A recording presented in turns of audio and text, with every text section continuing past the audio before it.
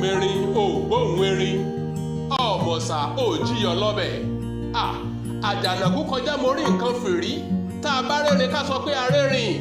Solocard Multiventures Limited ilé ọ̀rẹ́ àgbẹ̀ ni mò ń sọ níbi kátà ojúlówó kẹ́míkà àti fataláísà tí kìí ṣe yèèpẹ̀. ọ̀rẹ́ mi sọnù kí o mọ̀ bá sọnù.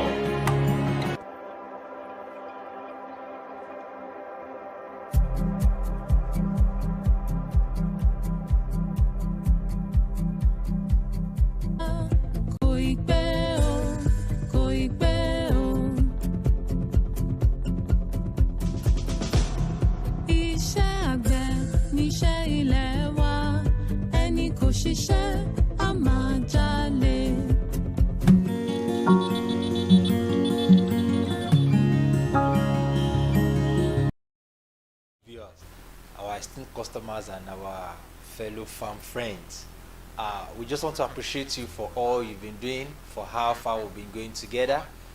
We want to thank you very much for believing in us, for trusting in Solocard Multiventures Limited. Like you know, Solocard Multiventures Limited is known all over the town, all over the place for quality agro input supply. Talking about quality, talking about originality, and talking about the effective ones. We know in the market today we have several kinds of chemicals, agrochemicals, fertilizers, and the likes like that. And you might have heard reports from different persons talking about the chemicals they've bought so far, or talking about the things they have bought, fertilizer they bought, and the likes like that. But one thing about Solocard is this: we are actually trying to maintain our customers and not just being profit oriented, by giving our customers the quality of the chemicals they actually want. And also, we also try to make sure that our customers are getting best value for their money. And also, we want to understand the fact that most of the customers that come around don't actually know about these things. We try as much as possible to create a kind of a service to enlighten them, to tell them and to let them know why they are buying what they are buying, how they need to use it, and the results you should give to them. Presently, we are in the studio now, and we know, as the studio is, we are trying to enlighten our farmers on what to do. Just now, we know some other persons are already calling in. We hear the phone ringing. They are calling in to ask questions and the likes like that. These are some of the services at Solocard Multiventures Limited we are providing to our farmers, to let them understand the fact that we are not just selling because we want to make money from them, but we are selling to ensure that they actually get a very good result, and that is why we are here. Constantly, we look for avenues to showcase, to tell people, to share ideas, and also to teach people the little knowledge we think we know about agriculture and how far we've been doing it to getting results. We want to share it across to other persons too, to let them understand that they can actually do much more better than what we are doing. Over time, we realize that some farmers are having challenges with their farm. We actually, one way or the other, come to their rescue, try to provide a solution to them, try to give them alternative to way out of their predicament on their farm. And so far so good. God has been helping us. We've been getting great results. And today we want you to understand the fact that there is no profit in agriculture if you don't understand the business behind agriculture. And that is what we talked about, agribusiness. The word agribusiness is talking about what is the business involved in agriculture. And that's what translates from all your effort, from all your input, from all your fertilizer, the seed, the weeding and everything. That's what translates them to money. Because when you cannot translate whatever effort you're putting in the field to cash that comes back to you or valuables, then it's no longer business. It is more or less like a vocational thing that you're doing. It's more or less like a thing that you do for pleasure. But if you want to do it as a business, then you need to understand the agribusiness. That is the business behind agriculture. Now, like we will always say on this platform, we are not telling you that we are the best doing this game. We are not telling you that we are the best doing this business. But we are telling you that whatever we think we are doing that is giving us results, we want to share that across to you too. We want to give you the trial as well for you to get results. If the result we are getting now, 1 million person around us is getting the same result, then you could understand the fact that our environment will be extremely okay for us. What I mean is this: being extremely okay for us in the sense that when I'm making profit, you're making profit, he's making profit, the other person beside is making profit. We will all be happy. Then this agribusiness thing will be much more easier for us. It will be quite easy for four of us having our farms around our locality, contributing money to get the tractor. It makes it easy for us that four of us around locality contributing money to get farm implements, which will make our work much more easier, give us the room to expound, and also make us to get more profit. I'm sure you understand this thing. So that is why we are constantly looking for avenues to share this knowledge across to every farmer, to share knowledge across to everybody that cares to know about it, and let them practicalize it. Because by the time we could do this, and 1 million person in our vicinity is okay, making profit, then in one way or the other, we are trying to make food readily available to our community, then food scarcity that has been projected will not come true. But what are we trying to contribute to this thing? We are just trying to make sure that the so-called food scarcity that has been projected coming some years to this time will not really come true, but we will look for a way of providing solution ahead of time by making all farmers produce their produce effectively and getting good results. And that is what we are trying to do today. Like I said, we are not the best, but we're just trying to share knowledge across to you. My name remains Mark Oluwafemi for Solocard Multiventures Limited, and today we'll be talking about agribusiness. What is agribusiness? You can use your Google, you can check your dictionary, you will have seen different definitions about agribusiness. But I can simply tell you, on a farm man language, agribusiness is the business behind agriculture. And it simply goes further that agribusiness is when you could turn whatever effort you are putting on the field, whatever crop you think you are planting, whatever animal you think you are rearing, when you could turn them to value. So thereby, using what you have to get what you need. You need cash. You have agricultural values in terms of whether livestock or crops. When you can turn that livestock or the crop into money like you need, or some other valuable that you need, and that is the business behind it. But it saddens that some farmers will tell you, I planted so number of acres of land of so crop or cassava or maize or whatever. I could not sell it. At the end of the day, I could not sell anything. The whole thing just wasted. I looked at it that how come you could not sell food, and some people are somewhere starving. Some people are somewhere looking for the same food to buy, and you could not sell yours. Then there's something wrong. The truth of the matter is this: if you do not understand where your produce is being needed, you cannot sell your produce. As a matter of fact, you cannot sit down in the comfort of your farm and expect those people that need your produce to come and locate in your farm. It doesn't work that way. You need to understand on how to go about the business behind agriculture. And that's what brings us back to marketing. You should be able to market whatever produce you have to anybody at any time. The truth of the matter is this: most persons believe that, I'm not a marketer, I'm not able to market this thing, how will I take this? But the fact is this: you use a smartphone, you communicate with people around you, you know how to go to the market and tell you, I want to buy pepper, madam, give me rice, oga, sell meat for me. You know how to do that.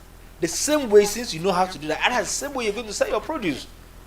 But more oftentimes, our farmers don't want to take that time or that stress, so-called, by some farmers, I said it's stressful, but you want to get money. It's not possible.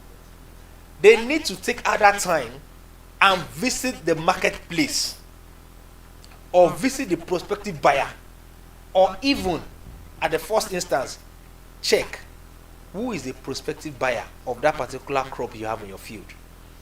Who is the prospective buyer of that particular livestock you have? Either birds, to the poultry farmers, they sell egg, they sell birds. Some persons tell me they have about 1,000 crates of egg they've not been able to sell. Whereas I will get to some areas, they'll tell you they didn't even see egg to buy. They have the money to buy egg, they did not see egg to buy. So now, look at the correlation. This person wants egg, he's not seeing egg. This person has a lot of egg, he's not seeing buyer. Now, there's a problem in between. And that is where we want you to understand what that bridge needs to be, how you need to bridge that gap between the person that needs your produce and how to locate the person that has the produce. you as a farmer, there is something we call market survey. It is advisable that you do market survey by your particular produce before the time is going to be ready. These are some of the things that most farmers don't do, and that's where the mistake comes in. And that's where farmers are losing almost 50% of their harvest. A farmer that cultivates maize already knows that the maize he has cultivated is an early matured maize, and the maize will be matured maybe in the next 65 days.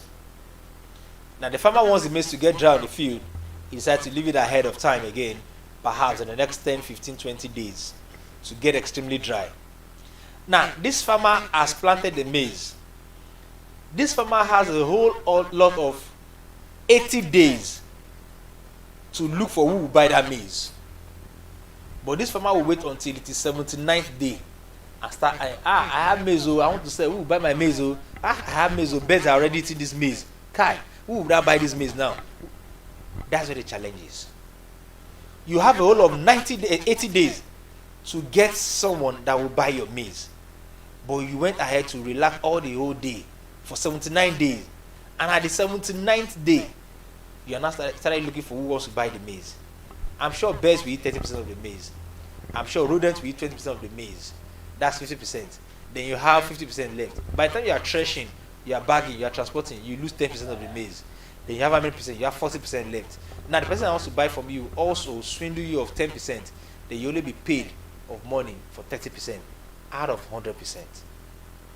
That has been the usual trend. We have visited different farm location, farm settlements, asked them questions about how they go about logistics.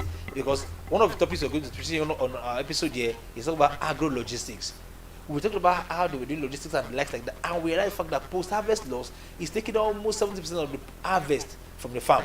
And that's why most farmers don't get good value for their crop, because they could not handle it very well when the crops are matured. Because number one, at the time they're starting looking for profit, they're looking for people to buy it, birds are feeding on it, rodents are eating it, then weevils too will enter into the maize, then the maize will lose value. You might see 10 bags of maize, it might not be worth 2 bags of well taken care of maize, because of the weight differs. It's only shaft left, the food is gone. Now we want our farmers to understand the fact that for you to do the business behind agriculture, for you to actually make profit in agriculture that you so want, you need to understand the business behind it. And how you need to understand the business behind it, you need to understand the concept of market survey. We tell our farmers, once you cultivate anything as far as crop is concerned, if you don't have someone that wants to buy that particular crop, then you need to start looking for how to sell the produce even before the produce gets matured. Do not start looking for market when the produce are matured. For instance, a tomato farmer, you allow your tomato to grow up to like 60 days, the balls are already big, they're already getting ripened on the fruit. You're not start looking, I have tomatoes, I planted 10 acres of tomato, how will I sell? Now it's already late. Because by the time you start looking for market and you might not get market on time, by the time you need to harvest, you're not harvesting the tomato. A lot of things will happen. Number one, if you don't harvest tomatoes on time when they are matured, the new set of tomatoes will not come out. If the tomatoes is ripening and you're not harvesting them, they start deteriorating on the stand. Then the plant will start aging on time. Fungi will start breeding on your farm.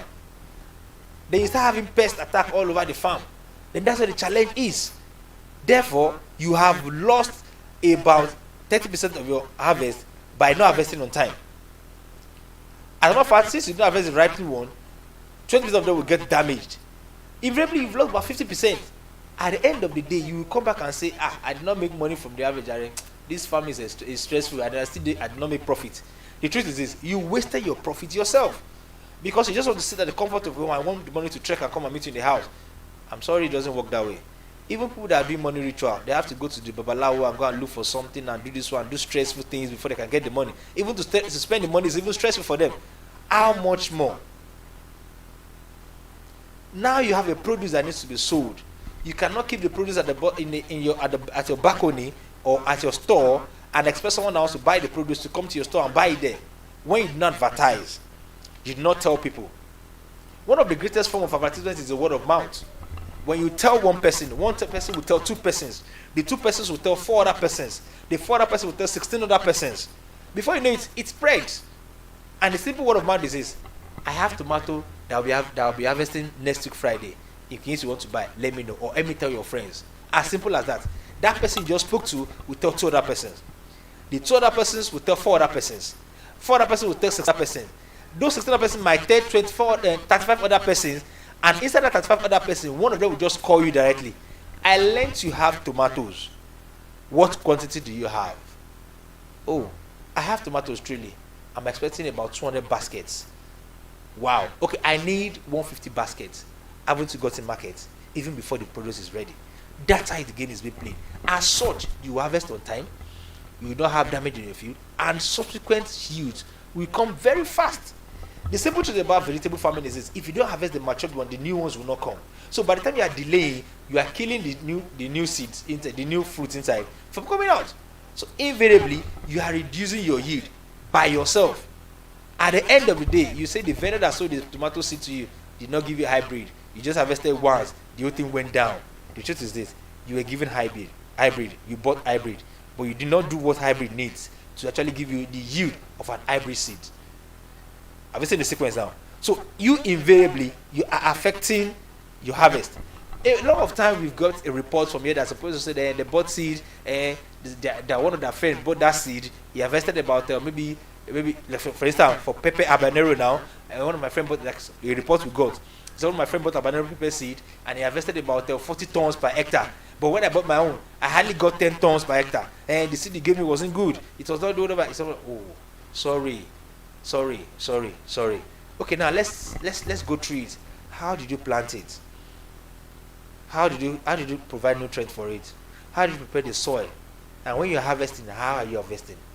We realized that along the line, this person already lost 90% of the harvest even before the harvest came. And as a matter of fact, these are some of the things that is hindering the harvest you're expecting.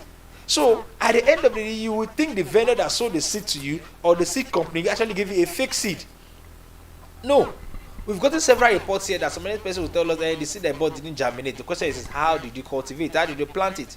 How did you take care of the seed? Some persons will buy seed, put it in front of their dashboard while going home in the sun. And you drive all the way in the next 1 hour till you get to your house. The sun has hit the seed in front of the dashboard. I tell you, the seed has lost its viability by 40%.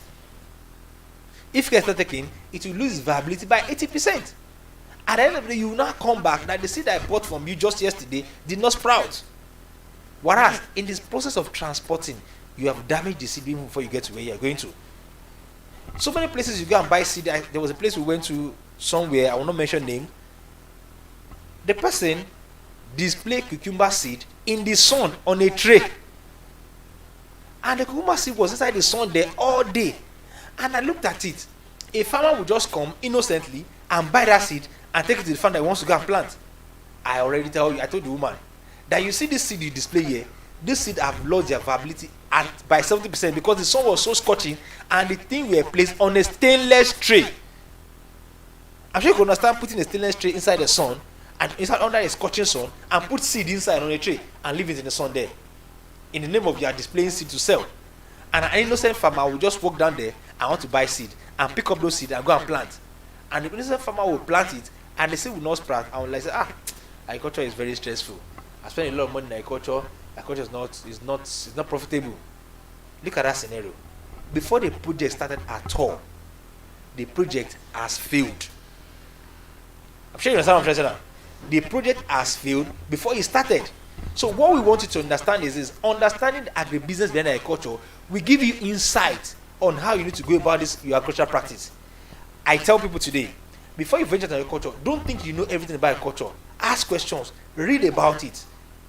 Because most projects that are running on agriculture today, they run a 100 acres of social project, 200 acres of social project.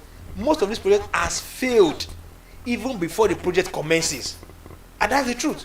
And that's why you see most of these mega projects do not break even. They don't even get half of the capital they spend on it because of the fact that the project has failed from the beginning. Some of our episodes behind, we talked about understanding the concept of how to set up a project and stuff like that. When you do this analysis, you realize the fact that you have wasted a lot of money even from the beginning. As such, it seems as if you are not making profit, but you wasted the profit for your 3 cycles to come. You wasted it even before the cycles commence. And that is one thing that has been happening. And we want you to understand something. Agriculture is very simple. Agriculture is the same thing, very delicate. If you can actually pay attention to details and do what you have to do, I tell you, you will make profit than you can ever imagine. Several times I've done analysis on several different crops for you. For instance, let me surprise you.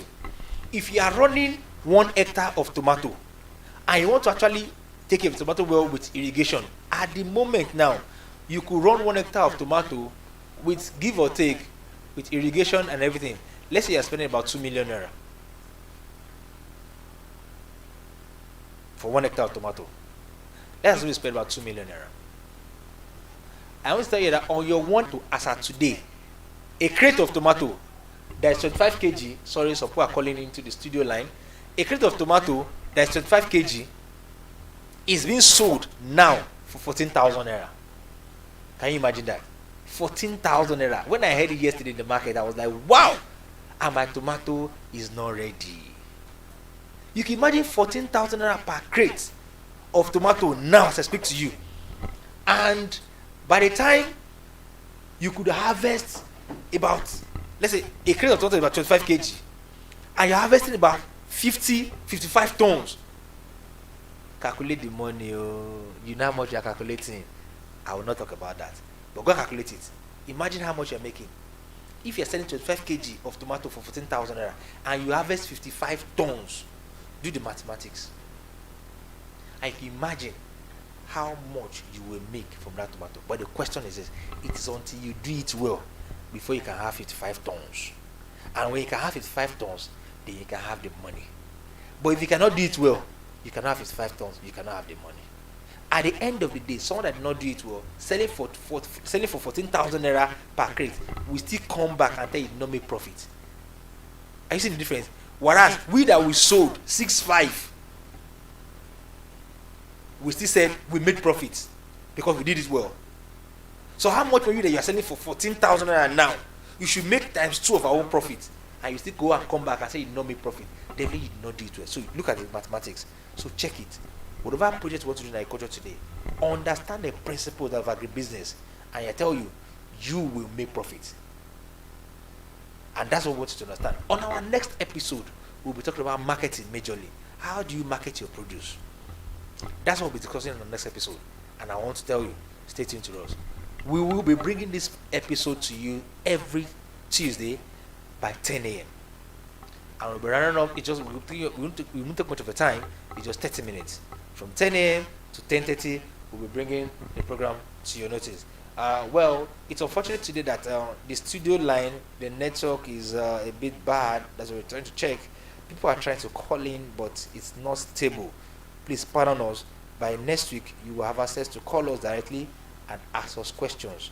But we wanted to know that every Tuesday 10 a.m. it's going to be a date. 10 a.m. every Tuesday to 10:30. You can have a time to call us in. Let us know what's happening in your farm. Let us see the kind of solution we can provide for you. Let us know the kind of crop you have on your field. Perhaps we might have a market that will actually help you. We can link you up with someone that can link you to the market. We can actually refer you to someone that will refer you to the buyer that wants to buy your produce without stress. So these are some of the things we need to do. We are trying to create a community by networking ourselves to each other such a way that all our farmers will not have too much hassles or too much problem selling their produce or also producing well. And that's what we are trying to do. At Solocan Multiventures Limited, we want to make everything so easy for our farmers such a way that they will be happy doing agriculture and they can do it better, and food will be made readily available to everybody. Let me tell you, if you say you're not making profit, imagine 1 million person around you is patronizing you every day, and they are buying something from you for 1 naira. How much are you making every day? Let's even assume a week. 1 million person patronize you in a week, and they are buying something worth 1 naira from you, which you know there's nothing worth 1 naira in Nigeria. At least let's say 10 naira. 1 million person buying something 10 naira from you every week. That is 10 million naira every week, and everybody must eat. Even a pastor that fasted for 40 days will always break his fasting with orange. You're an orange farmer, pineapple farmer, watermelon farmer, cucumber farmer. So why are you not selling?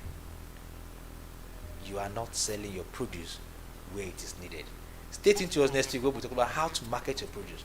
Until we come again next week, My name is Mark Olufemi for Solocard Multiventures Limited. Bye for now.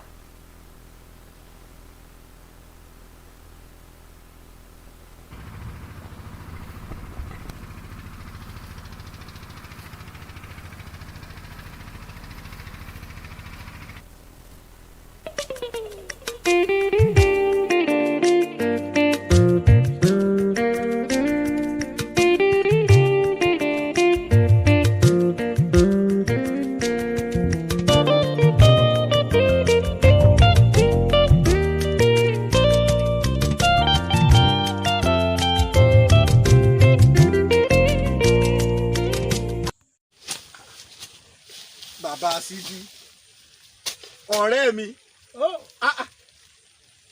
níbi táyé lajú dé yìí ló tún roko àrògbá kéèké. wọ́n rò ó ti sú mi mo ti fi kó tó ẹ̀mẹ́ta lọ́dún yìí. Níbo ló ti wá ra kẹ́míkà tiẹ̀? a ní lọ́dọ̀ àwọn tí wọ́n máa ń to kẹ́míkà sí ẹ̀gbẹ́ títì ibẹ̀ mo rà. Ọmọ ṣe o àgbárí bíjà tuntun kí o tò. kàṣà. Sórí o ti gbọ́n pa Solocard ń tiẹ̀. gbọ́ mi ò ti gbọ́. Solocard nìkan ní ta ojúlówó kẹ́míkà tó o bá dọ́dọ̀ rẹ̀ kò sírú kẹ́míkà tó wá tó rí.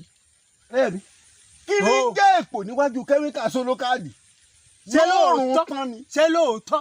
Òótọ́ ni mo sọ fún ọ. Wo má jẹ́ àlọ́.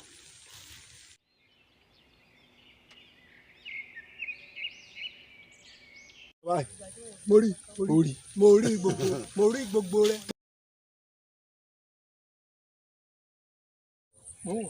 Kẹ́míkà Solocard. Solocard. Bẹ́ẹ̀ ni. Kẹ́míkà Solocard kẹ́míkà tó dáa ni. Solocard. Bẹ́ẹ̀ ni. kẹ́míkà Solocard. Bẹ́ẹ̀ ni. dákun ọ̀rẹ́ mi níbo ni iléeṣẹ́ wọn wà bí ṣọ́ọ̀bù wọn níbi tí wọ́n ti ń ta tèmi náà ti lè ra. Amúnigun Ògùnpa náà ni. Ògùnpa ń bẹ̀rù. Nọ́mbà 57. nọ́mbà 57. Bẹ́ẹ̀ ni. Amúnigun Ògùnpa. Bẹ́ẹ̀ ni. Tọ́ ọ bá ti débẹ̀ ó ti rí ilé wọn báyìí. Wọ́n kàn wọ ọbẹ̀ lọ mú yìí tó wù ọ́. ọ̀rẹ́ mi àgbẹ̀ ti di rọrùn. tèmi ti dá a lọ́dún yìí. yá lọ ọ̀rẹ́.